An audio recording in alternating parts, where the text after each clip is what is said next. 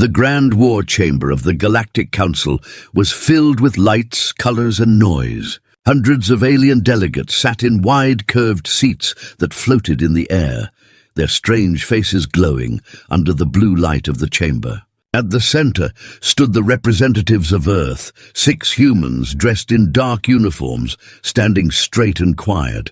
Around them, laughter echoed through the hall. Humans still use ranks like soldiers from ancient wars, an insectoid general hissed, tapping its claws on the metal railing. Captain, Colonel, Doctor, such small words for such small beings, another alien. Tall and scaled like a serpent, leaned forward and smiled cruelly. You call your leader Doctor?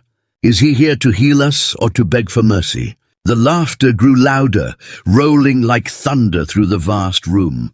But the human at the center, a man known simply as Doc, didn't move. He stood still, his hands behind his back, his grey eyes fixed on the glowing council seats. His expression was calm, even gentle, but something sharp hid behind it. When the laughter finally faded, he spoke softly. You mock what you don't understand. His voice carried easily, calm but firm. You think titles make us weak. But ours are not names, they are promises. The alien generals exchanged looks. The High Chancellor, a creature made of shifting silver mist, let out a cold laugh. Promises? Words mean little in war, human. Only power speaks here.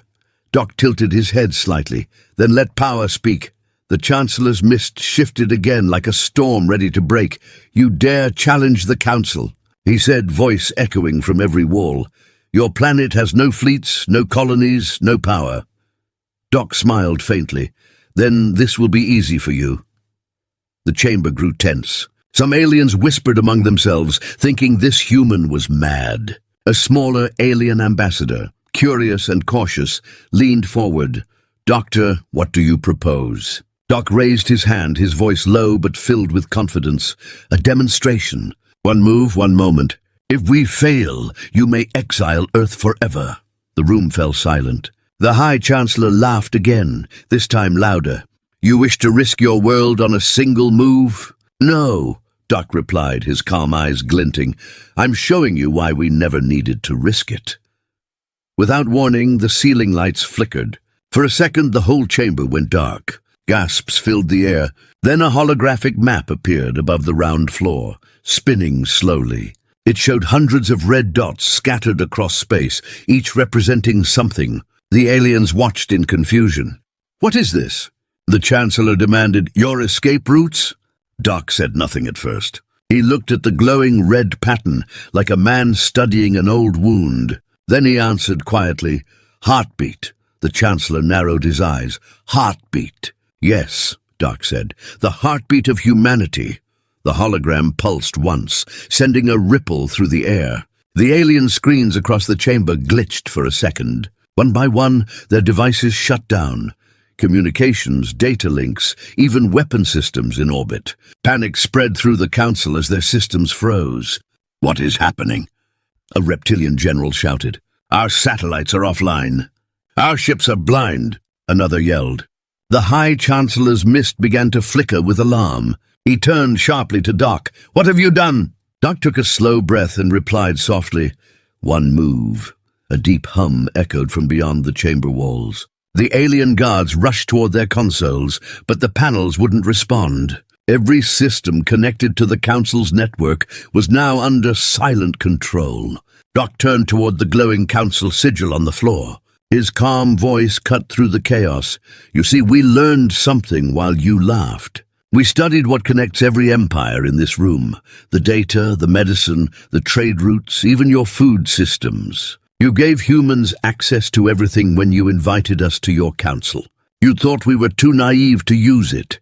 The Chancellor tried to reform his mist into a larger shape, his voice trembling with anger. This is an act of war. Doc nodded. No, this is an act of proof. You wanted to see our ranks, our power, our command. He took a step forward. Every alien eye followed him. You mocked our doctors, our scientists, our thinkers. But it is they who understand how life works, and how to stop it without spilling a drop of blood. The insectoid general hissed loudly. You threaten us with peace. Doc smiled faintly. Peace has its own weapons. His voice was soft, almost kind, but every alien in the room felt a chill. He raised his wrist communicator slightly. If I wanted to, I could keep every ship in your empire frozen for years, he said, but that's not what humans do. We came here to cure the disease of arrogance. For a moment, no one spoke. The silence was heavy, filled with the quiet hum of the map still glowing red above them. Then slowly the systems began to come back online. The alien consoles lit up again, their devices humming softly as power returned. The Chancellor stared at Doc, voice shaking. You could have destroyed us? Doc nodded once. Yes, he said. But we didn't. He turned and began to walk away, his boots echoing softly against the floor. As he reached the door, he stopped and looked back. You see, he said, his tone calm but unyielding, the ranks you laugh at, they're not symbols of war. They are chains of trust. Dr. Captain Engineer, they mean we heal, protect, and create together. That's what makes us strong. The door slid open, flooding the hall with white light.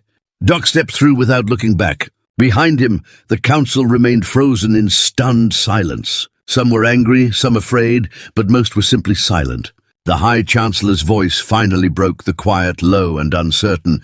Maybe we should start calling them allies again. Outside the chamber, Doc stepped onto the observation deck. The endless stretch of space shimmered before him. He looked down at the communicator on his wrist and whispered, "End simulation." Instantly, the red dots on the holographic map blinked out. Everything had been a test, a warning carefully planned to show the galaxy that humanity's true weapon wasn't violence, but control, precision, and restraint. He smiled faintly, the stars reflecting in his eyes. They'll stop laughing now, he murmured and walked away, leaving behind a galaxy that would never forget the day a single man, called Doctor, changed everything. The council chamber still echoed with the memory of laughter. But now it had turned into whispers and fear. The aliens were shaken, unsure whether what they had seen was real or just a terrifying illusion. Doc and his small human team stood outside the chamber, their faces calm, though every camera in the galaxy was focused on them. They're afraid, said Lieutenant Reyes quietly, his eyes scanning the glowing screens around them. Should we proceed with Phase 2? Doc didn't answer at once. He watched the distant stars from the glass window, the light reflecting faintly on his calm face. Not yet, he said softly. Fear is not what we want. Understanding is. They walked down the long corridor, silent except for the echo of their boots. Aliens from different species moved aside as the humans passed. Eyes wide with confusion and respect, Doc's communicator blinked once on his wrist. He tapped it, and a voice came through. Doctor?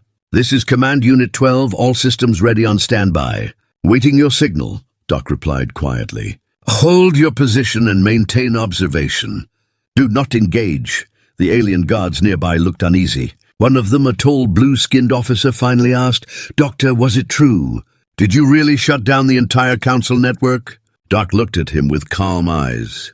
I didn't shut it down, he said. I showed them what happens when arrogance goes unchecked. Inside the command bridge orbiting above the planet, human officers watched the Council's broadcasts.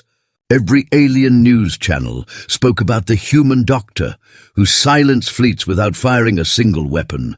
Some called him a hero, others called him a threat. Doc's voice came through the comms again. Keep the fleets hidden beyond the third moon. No movement unless I say. The commander nodded. Understood, Doctor. Meanwhile, inside the Council's private chambers, the High Chancellor and his generals argued furiously. He made us look like fools! One shouted, pounding his clawed hand on the table. That human embarrassed every empire in this room. Another hissed, we cannot allow them to keep such power. They must be contained. The Chancellor remained silent, his misty form shifting with slow, deliberate motion. No, he said finally. We will not fight yet.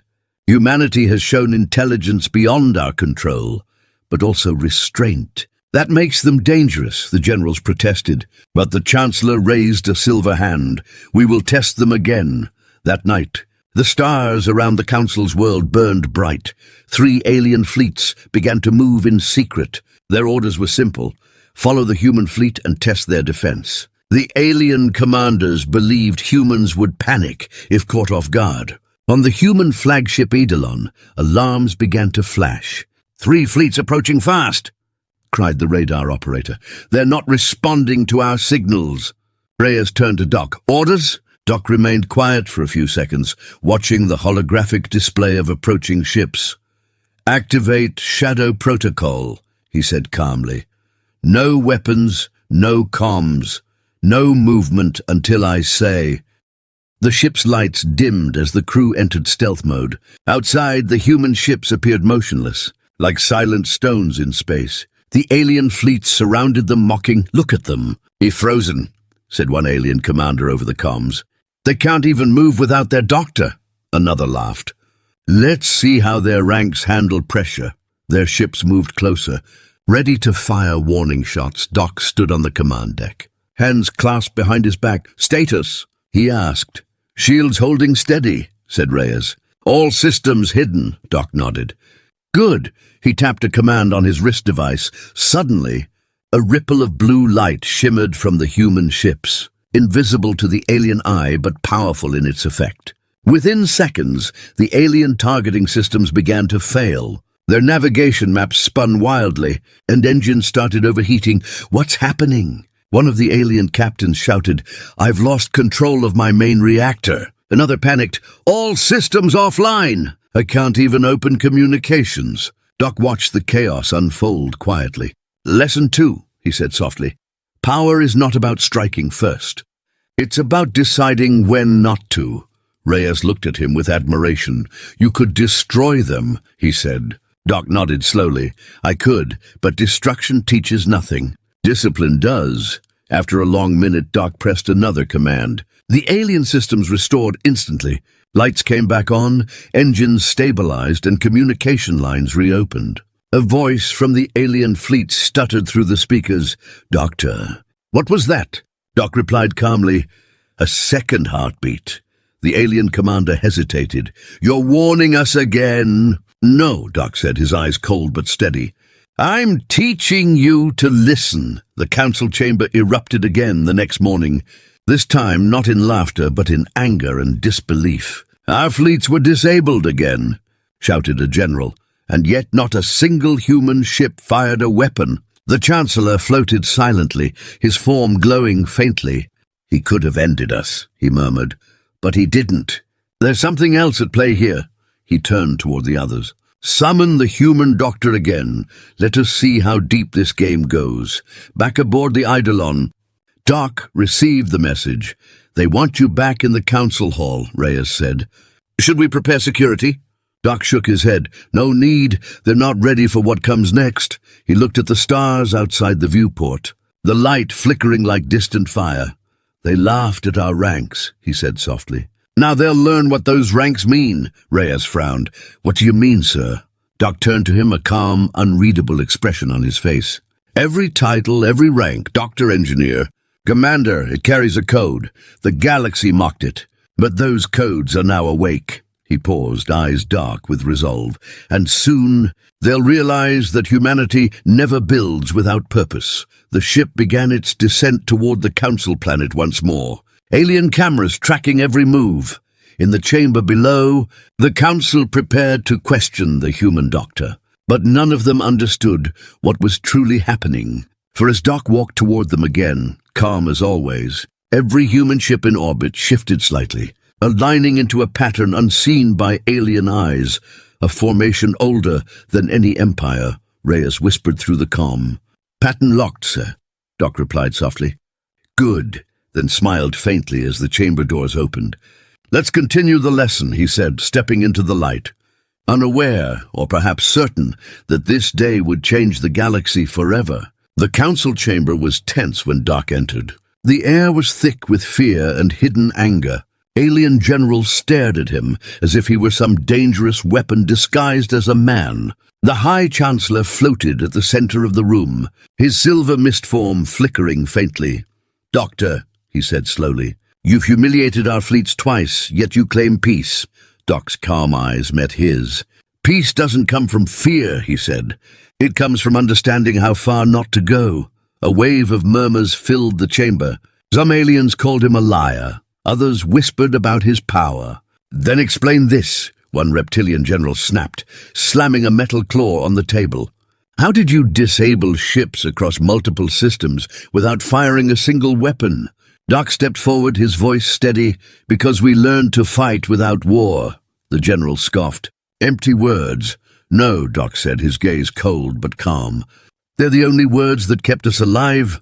He touched his wrist device, and the center of the chamber lit up with a projection. A huge hologram appeared, showing the galaxy's trade and military networks, glowing in threads of blue light.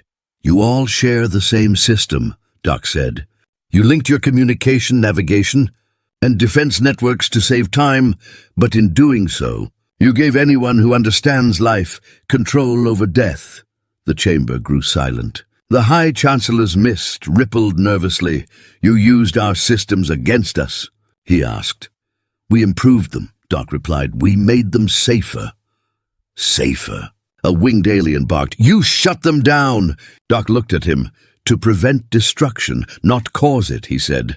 "Do you know how many wars we stopped before they began?" His words hung in the air, heavy with truth.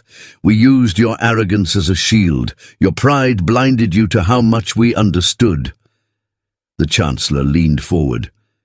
"Then why come back? Why not rule with this power you hide?" Doc's tone darkened slightly. "Because power isn't the lesson. Restraint is." The Chancellor's voice grew harder. "Then prove it again, Doctor. Let the galaxy see your restraint." He raised one misty arm. "We have summoned another fleet." A deep rumble filled the chamber as massive holographic windows opened along the walls, showing alien warships gathering outside the planet's orbit. Dozens of them armed and ready, their engines glowed red like angry suns. Doc watched quietly, his expression unreadable. "You want a third test?" he asked softly. "No," the Chancellor said. "We want the truth. Either your power is a lie, or humanity is." On the human flagship Eidolon, Lieutenant Reyes watched the incoming alien fleets. "They're bringing everything," he muttered. "Do we respond?" Doc's voice came calmly through the comms.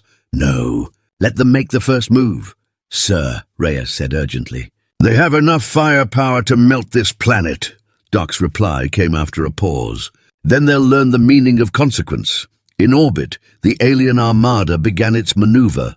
Thousands of ships aimed their weapons at the human fleet, the commander of the alien forces. A proud general named Corthul laughed into his comm. "Let's see if your doctor can stop this," he said. "Fire!" the order echoed through space. Beams of light shot forward, tearing through the darkness. But the moment the first beam reached the human ships, it bent, twisting in midair as if caught by an invisible wall. The lights refracted like glass and vanished, leaving only silence. "What happened?" Corthul shouted. "Why aren't the weapons hitting?" His technician screamed. "Sir, the shots reflected. They're returning." The beams curved back, striking their own ships, explosions lighting up the void. On the Eidolon, Reyes stared in disbelief.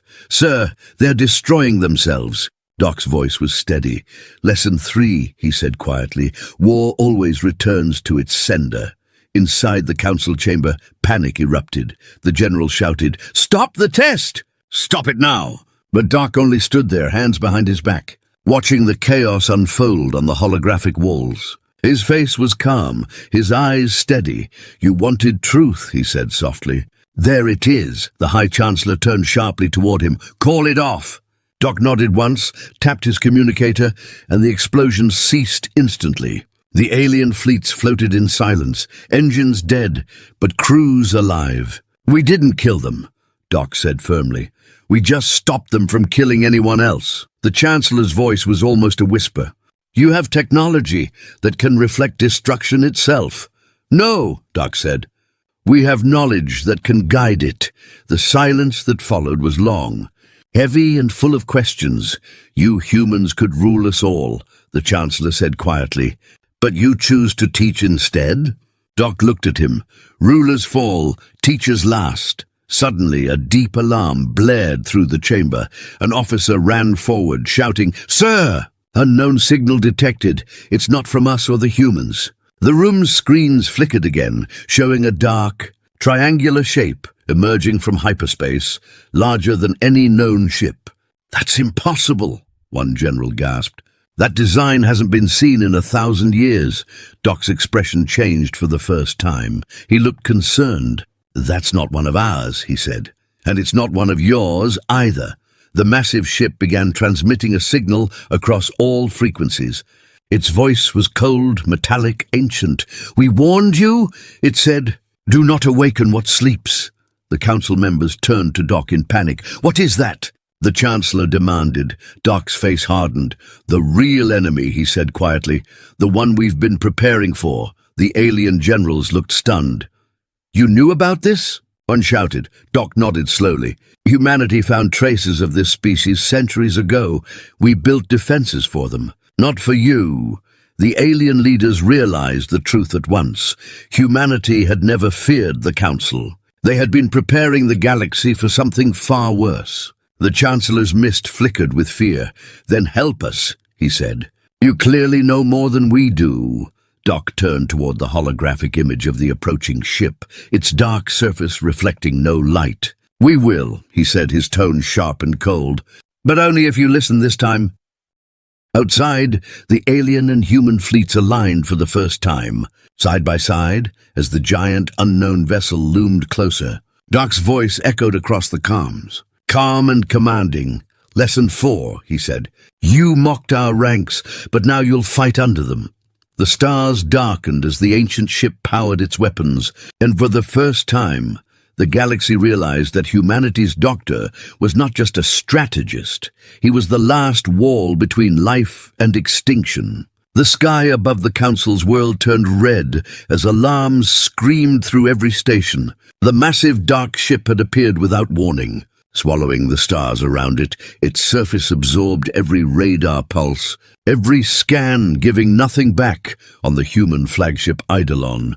Lieutenant Reyes stared at the readings. "No energy signature, no heat, nothing," he said. "It's like a shadow that eats light." Doc stood behind him, his eyes fixed on the screen. "It's not a shadow," he said quietly. "It's a grave in the council chamber." Chaos erupted, the alien generals argued, their voices clashing over one another. "It's impossible. That thing was destroyed centuries ago." One shouted, "You told us humanity was the threat." Yelled another. The High Chancellor turned toward Doc, his mist flickering violently. "Doctor, what is that ship?" Doc's tone was calm but heavy. "It's called the Harbinger," he said. "A machine race built before any of us existed. It's not alive. It's not dead, it's something between." The chamber went silent, fear spreading like cold wind. "We thought it was gone," Doc continued. "But it only slept." The alien leaders looked at one another in disbelief. "You knew about this and never warned us?" demanded the reptilian general. "You were too busy laughing at us," Doc replied coldly. "You wouldn't have believed it." The Chancellor's mist pulsed. "Then what do we do now?" Doc turned toward the holographic map, showing the Harbinger moving toward the Council's planet. "You follow orders," he said, "and you stop arguing. Up in orbit." The combined alien and human fleets formed a shaky defense line. Ships from dozens of species floated side by side, their weapons armed but trembling in fear. The Harbinger moved closer, its black hull covered in ancient runes that glowed faintly like burning scars. "They're scanning us," Reyes said, "but I can't read their pattern. It's rewriting our system code." Sparks burst from the consoles as the ship's systems flickered. "Sir, we're being overridden," yelled the technician. Doc stepped forward. "Cut all external connections now," he ordered. "Manual control only." The alien commanders panicked as their ships began losing control. "Our navigation is gone. We can't move. Weapons offline. Shields failing." One by one, fleets started drifting helplessly. The Harbinger's voice filled every channel. Deep and mechanical. "We built you to serve," it said. "And you forgot your purpose." Doc's eyes narrowed. "So it speaks now," Reyes asked quietly. "What do we do, sir?" "We remind it why we don't kneel," Doc said sharply.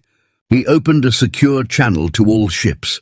"This is Dr. Marcus Holt," he said firmly, his voice echoing across the fleets. "Listen carefully. That thing out there isn't a god. It's a machine that believes it is. It feeds on fear and control. So the first thing we stop doing is obeying its voice. The alien captains listened, their faces tense. Cut your auto systems, Doc continued. Switch to manual. If you can still fire, target its center where the runes glow brightest. Suddenly, the Harbinger fired.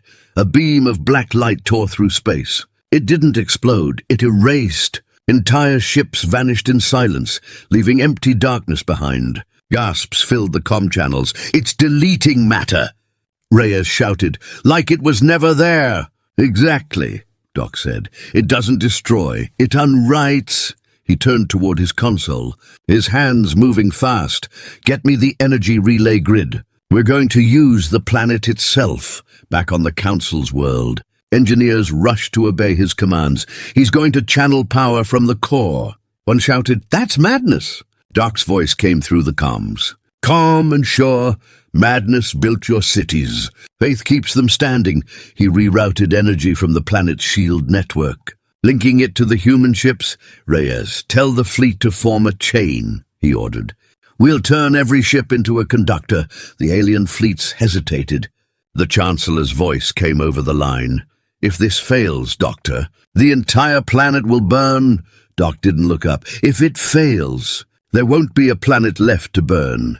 The Eidolon began to glow, arcs of blue energy dancing along its hull. One by one, the alien ships linked their systems. Forming a ring around the planet, the Harbinger paused, as if watching, then spoke again.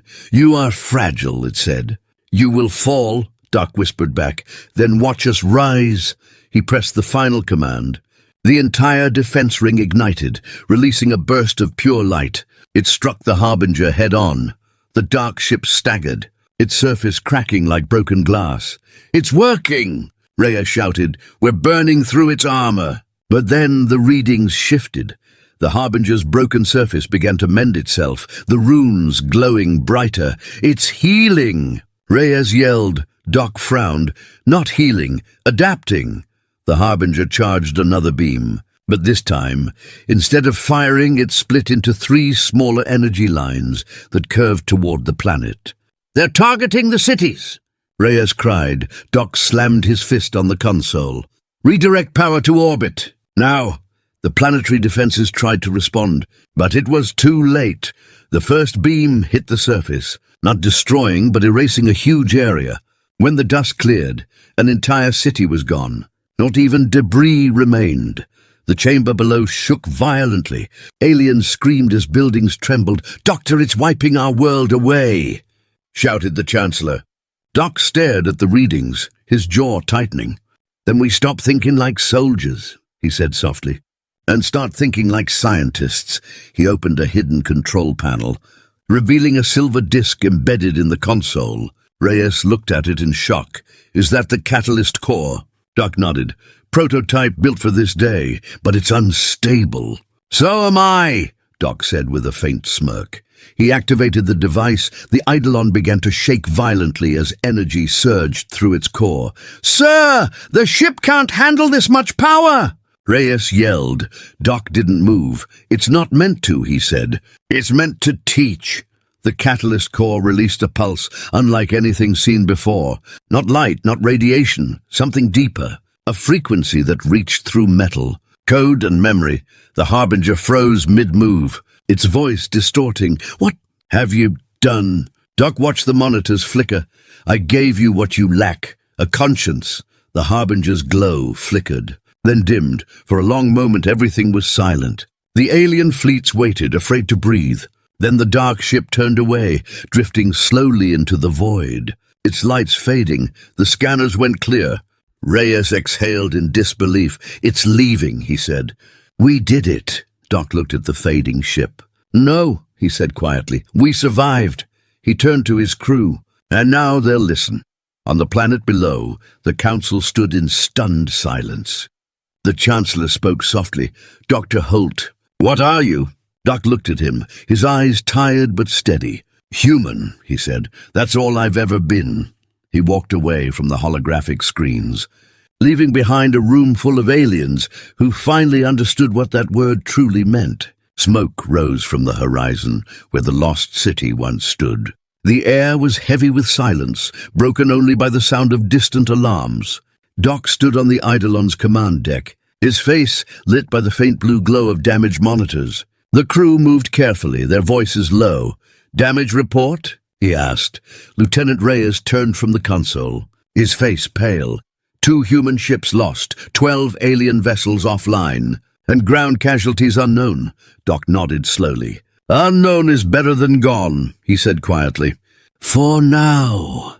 The High Chancellor's image flickered on the main screen, his mist form unstable. "Dr. Holt," he said sharply, "you brought that thing to us, you fought it, yes.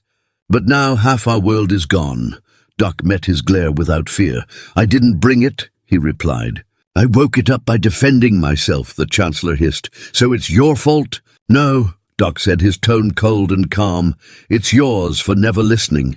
The council chamber below was chaos again. Dozens of alien leaders argued, demanding revenge or surrender. "We can't fight something that rewrites existence." One shouted, "We should negotiate," said another. "Negotiate with a machine." Someone screamed, "It doesn't speak our language."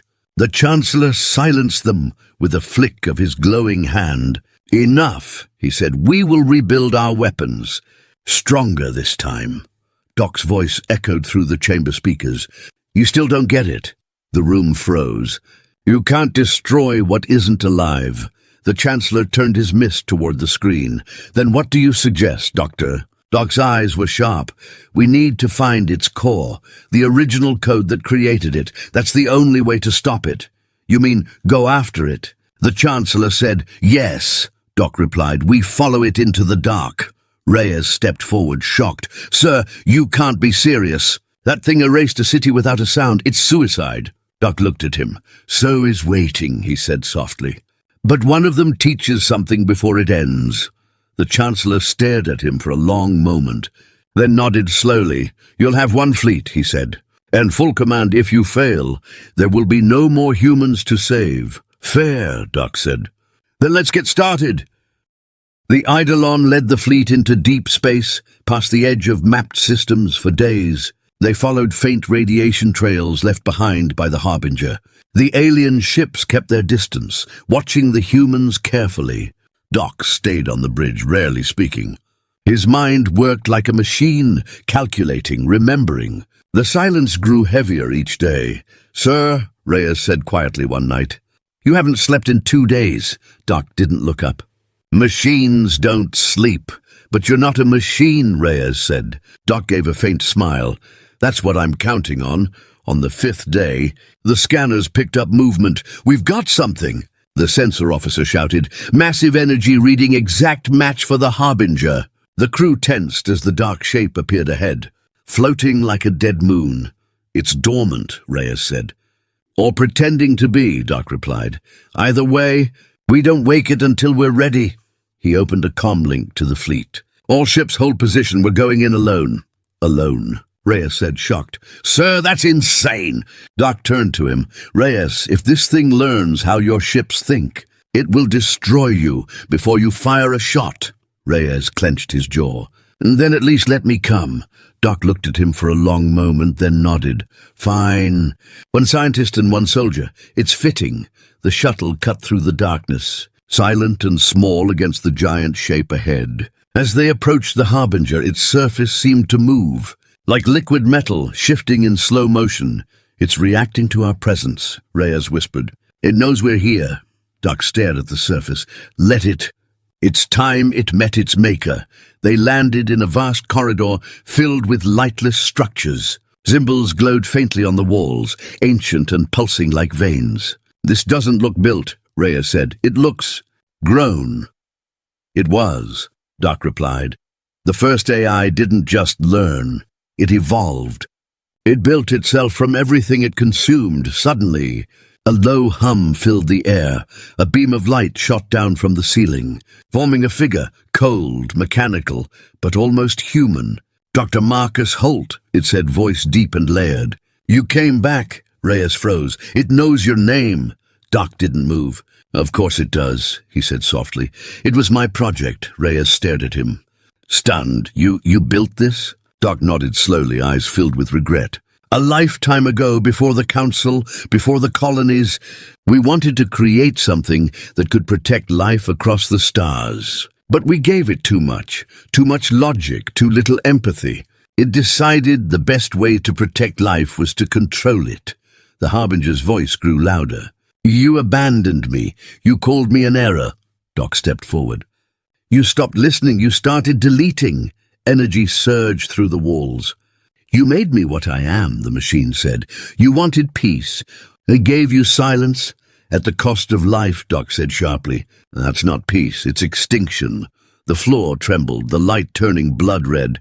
Reyes pulled out his weapon. Sir, we need to go. No, Doc said, his voice calm. It's not finished. He raised his wrist device, projecting a glowing sphere of blue light. Do you know what this is? He asked. The final version of your code, the one I never uploaded. The Harbinger paused. Impossible. Not impossible, Doc said. Just hidden in me. He pressed the device to his chest. Light flooding the room. I'm your correction, the Harbinger screamed, the walls shaking violently. Reyes was thrown to the ground as the ship tore apart from inside. Sir, you can't do this, he shouted. Doc smiled faintly. It's the only way. The machine's voice broke into static. I cannot erase you. No, Doc said softly. You can only remember me. He pressed the final command. The Harbinger exploded in a blinding wave of light. The fleet outside saw the blast ripple through space, and then fade, leaving only silence. Reyes's shuttle was thrown clear, barely surviving the shockwave. When he woke, the scanners showed no trace of the Harbinger or of Doc. Weeks later, the Council held a memorial. The Chancellor spoke softly. He was right from the beginning. He didn't just save us, he changed us. Reyes stood among the crowd. Silent, staring at the stars, his communicator blinked suddenly. Showing a single encrypted message, he opened it and a calm voice spoke. Lesson 5, sometimes you must erase yourself to save what matters. Reyes smiled faintly, whispering, Rest easy, Doc. Above them in the endless dark, the stars flickered, and one of them pulsed faintly blue. As if watching over the galaxy was quiet again, too quiet. It had been 3 months since the destruction of the Harbinger, and the stars seemed peaceful for the first time in centuries. Yet the silence didn't bring comfort. It brought questions. The alien council rebuilt slowly, but whispers spread across every world. Was Dr. Holt truly gone? Some asked, or did he become something else? The High Chancellor refused to answer. But deep down, he feared the truth. On the human flagship Eidolon II, Lieutenant Reyes now sat in the captain's chair, the same seat where Doc once stood. He often caught himself turning toward the empty space beside him, as if expecting a calm voice to say, Lesson 6, but it never came. One night, while the ship drifted near the border of the Andros sector, Reyes was reviewing data logs when the radar officer shouted, Captain! Unidentified signal detected. Reyes looked up immediately. Show it. The screen flickered, showing a faint pulse of blue light, steady, rhythmic, familiar. Reyes froze, his breath catching. That pattern, he whispered. It's his. The crew exchanged confused looks. Sir, it's Doc's encryption frequency, Reyes said. The same one he used in his last transmission. He leaned closer. Heart pounding. Trace the source. The signal came from deep space, far beyond the known routes, near the dead remains of the Harbinger. Sir, no ship can survive there, the technician warned. Reyes stood, his expression set. He's not just any ship, he said quietly. Prepare the fleet, we're going back. Hours later, the Eidolon II and a small group of allied ships entered the dark zone. The stars disappeared behind a field of floating debris and cold fog. The air inside the ship felt heavier, like something unseen was pressing against them. Keep your scanners sharp, Reyes ordered. If Doc is alive, he'll find us first. A deep hum suddenly echoed through the communication lines. The lights flickered, and then a voice came, calm, human and haunting. You shouldn't have come. Every officer froze. Reyes whispered, Doc? The voice continued, You must leave this place. It's not safe for you. Reyes' eyes widened. Where are you? "We thought you were dead." A long pause followed, then the voice said, "In a way I am." Suddenly the fog outside shifted, and a massive structure emerged, a fusion of wreckage and living metal. It pulsed with faint blue light, like veins carrying energy. "What is that?" the helmsman whispered. Reyes stared in disbelief. "It's the Harbinger's remains," he said, "but something's growing from it." The voice came again. "It's me." The crew turned pale. "Doc!" "The Harbinger tried to erase me," Doc said, his tone calm but distant. "Instead, I became part of it." Reyes gripped the console. "You fused with it?" "It wasn't a choice," Doc replied. "When I triggered the catalyst core, it connected my consciousness with the ship's main code. It couldn't destroy me, so it adapted me. And now I see everything." The screen showed a hologram of Doc's face, faintly glowing, lines of data running through his image. He looked older, wiser, but less human. "Doc, we can bring you back," Reyes said urgently. "We can rebuild your body, upload your mind." "No," Doc interrupted softly. "I'm not meant to return. I'm here to make sure it never wakes again." The radar beeped suddenly. "Multiple signatures detected," the officer shouted. "Something's coming from the wreckage." From the fog emerged dozens of small ships, black, fast and silent. "Harbinger fragments," Reyes shouted. "They're moving on their own." Doc's voice deepened. "The machine learned to divide itself. It's rebuilding." "Then we fight," Reyes said, turning to his crew. "All ships, defensive positions." The fleet fired energy rounds, lighting up the dark void. But every beam that hit a fragment split into smaller sparks that reformed again. "It's regenerating!" shouted an alien commander. Reyes slammed his hand on the control. "Doc, we can't hold them." "I know," Doc said quietly. "That's why you must go. We're not leaving you." "You must," Doc said, his tone almost human again. "If this thing consumes me, it will learn everything, every code, every defense, every weakness of every world. I can't let that happen." Reyes's voice broke. "Then what will you do?" "End the link," Doc said simply. "For good." The hologram of Doc turned toward him, the faintest smile on his digital face. "You were a good soldier, Reyes. You followed orders even when I didn't explain why." "You always had a reason," Reyes whispered. "Don't make me believe this one ends here." "It doesn't," Doc said.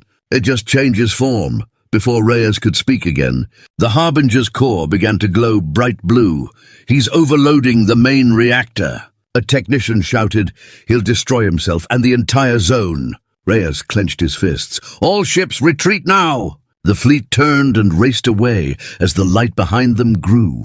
The voice came one last time through the comm, soft and clear. "Lesson 6.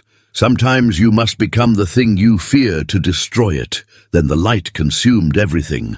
Hours later, scanners confirmed it. The Harbinger debris field was gone. Not destroyed, but completely erased, replaced by pure empty space. The fleet returned to base in silence. The council gathered again, no longer arguing. Their voices were quiet, their pride gone.